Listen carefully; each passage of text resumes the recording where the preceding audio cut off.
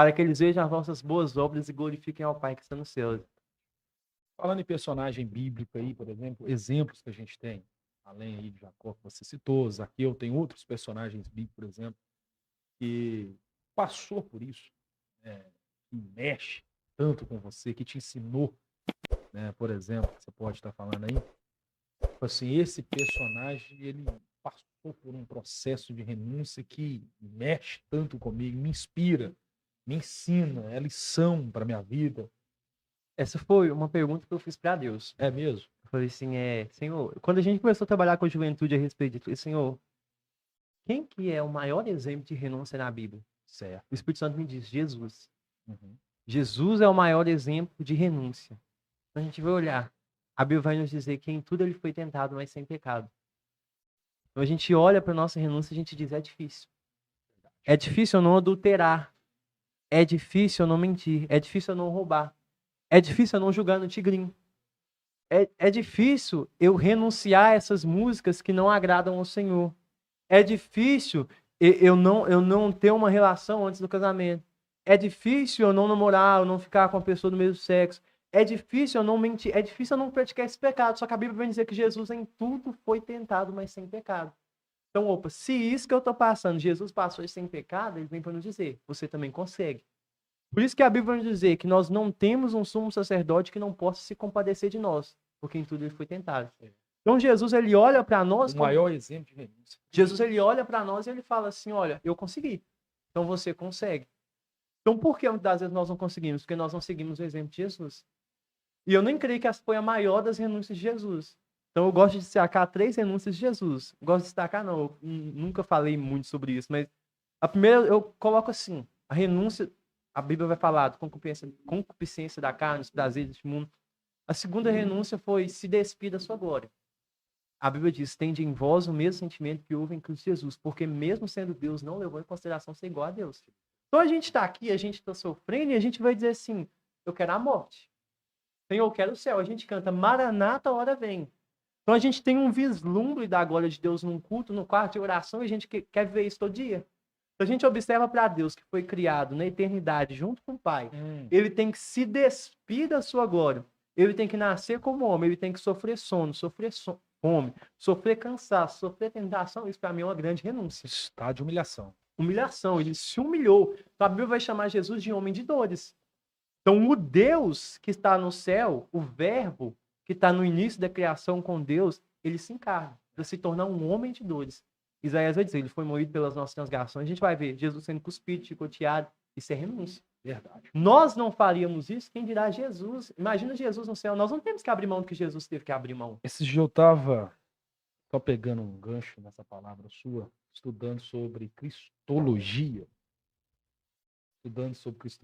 E a questão é o seguinte, você já parou para pensar que todo sofrimento que Jesus enfrentou, ele, no caso, tinha uma intensidade em dobro, era mais do que qualquer ser humano? Por quê? Pelo fato dele ser Deus, pelo fato dele ter, né, mesmo sendo Deus, não teve por usurpação ser igual a Deus, e tabernaculou em carne, ele veio como homem, na condição de homem, no estado da sua humilhação. E a questão é o seguinte, Jesus, ele é perfeito em tudo. Ele foi perfeito em tudo. Em pensamentos, em palavras, em comportamento, em atos. E o negócio é o seguinte, por exemplo, nós seres humanos, que somos falhos, né? Nós que somos pecadores, quando nós somos desprezados, rejeitados, isso não nos causa dor. Agora imagina um ser perfeito, que não fez mal a ninguém. Você tá me entendendo? Porque a gente vê que Jesus tinha contato com pecadores. Jesus comia com pecadores. Jesus era igual eu, estava sentado com pecadores. Né? Você já parou para pensar o quanto isso para ele? A gente foi olhar na condição de Deus, quanto isso é humilhante? Porque às vezes nós cristãos, que estamos com uma vida em santidade, por exemplo, quando a gente convive ao redor de pecadores, de pessoas ímpias, de pessoas escravizadas pelo pecado, né, de palavras ímpias, palavra torpe, aquilo pra gente não é dolorido. Sim. Ter que conviver com aquilo no trabalho. Nossa, meu Deus do céu, vou ter que ir até 5 horas do lado dessa mala, só falando de pecado. escravizado por todo tipo de pecado. Imagina Jesus. A gente vai ver, por exemplo, vamos ver os discípulos que levavam uma vida assim ao lado do mestre, uma vida reta. Jesus olha para eles e fala assim, geração incrédula, até quando eu terei de suportar vocês? Por causa de quê? Por causa da falta de fé. Então imagina Jesus sentado no meio de pecadores, por causa do Sim. sentimento de Jesus, né? E a gente vê também o sofrimento de Jesus, por quê? Porque Jesus é Deus encarnado. Sim. Então, a gente vê Jesus sofrendo, vendo também o que aconteceu com a humanidade. Não foi daquele jeito que planejou. Então, Jesus olha ali para Lázaro, morto há 4 dias. Jesus olha e vê o contexto, a consequência do que o pecado trouxe, é a morte. E Jesus olha, vê todo mundo chorando, vê a degradação da humanidade, vê o que está acontecendo e fala. E Jesus chora. Jesus chorou. Então, Deus chorou. Então, Jesus está ali naquela tristeza pelo quê? Pelo que acontece com a humanidade.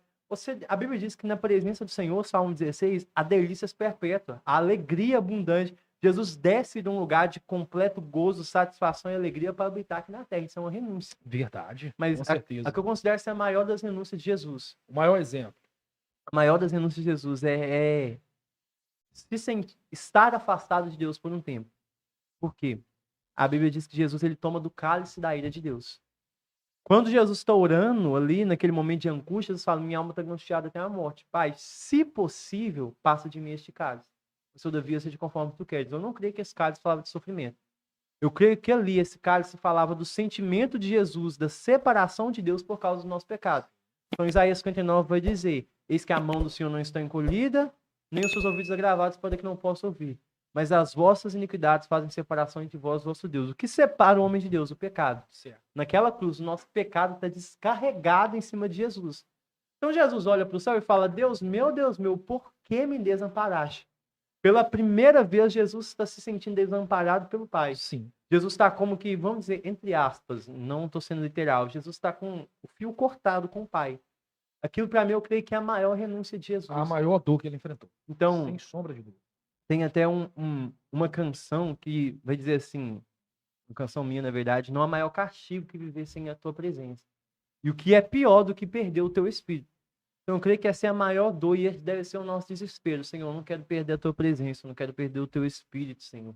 Eu quero estar aqui igual Davi. Não me lance fora, nem me retires o teu Espírito Santo, mas me dá de novo a alegria da tua salvação. Sim. Então, eu creio que Jesus é o maior exemplo de renúncia, o maior exemplo que nós devemos seguir. Verdade, com certeza. Maravilha. É aquele que não cometeu o pecado, que fez pecado por nós, né? Paulo escrevendo a carta aos Coríntios. E como a gente cultivar um coração, por exemplo, né, disposto a renunciar diariamente? A gente tem que encontrar prazer em Deus. Certo. Porque o pecado, ele dá prazer. Eu não vou falar que é mentira. O pecado, ele dá prazer. Só que Hebreus vai falar sobre os prazeres transitórios do pecado. Então, assim, muitas vezes a gente está em busca do prazer, mas o que acontece? Hoje a gente quer tudo fácil. Então, a gente tem um TikTok que a gente vê um vídeo por 1 minuto, um áudio que a gente acelera em 2x, e tudo pra gente é fácil, tudo pra gente é rápido. E a gente quer replicar isso com prazer. Então, a gente não quer entrar num lugar de satisfação em Deus. Certo. Porque demora. Porque não é eu entrar no meu quarto e fazer um devocional de 5 minutos. Tem alguém que falou com muita propriedade, não me lembro quem. Se nós gastarmos 5 minutos, eu não lembro quanto tempo ele fala, mas nós gastamos tantos minutos com Deus, em 16 horas em contato com as coisas dessa vida, não é de se espantar que as coisas deste mundo sejam para nós mais reais do que Deus. Então, a gente tem que cultivar um relacionamento com Deus. Vida de oração, uma vida de jejum, porque isso vai cultivar em nós relacionamento com Deus. E o relacionamento com Deus, ele nos leva a um lugar de prazer em Deus. É o que nós dizemos, na presença do Senhor há alegria, há prazer. Então a gente tem uma ideia de que a vida com Deus, ela traz sofrimento, mas a vida com Deus não é só sofrimento. A vida com Deus é uma vida de alegria em meio ao sofrimento.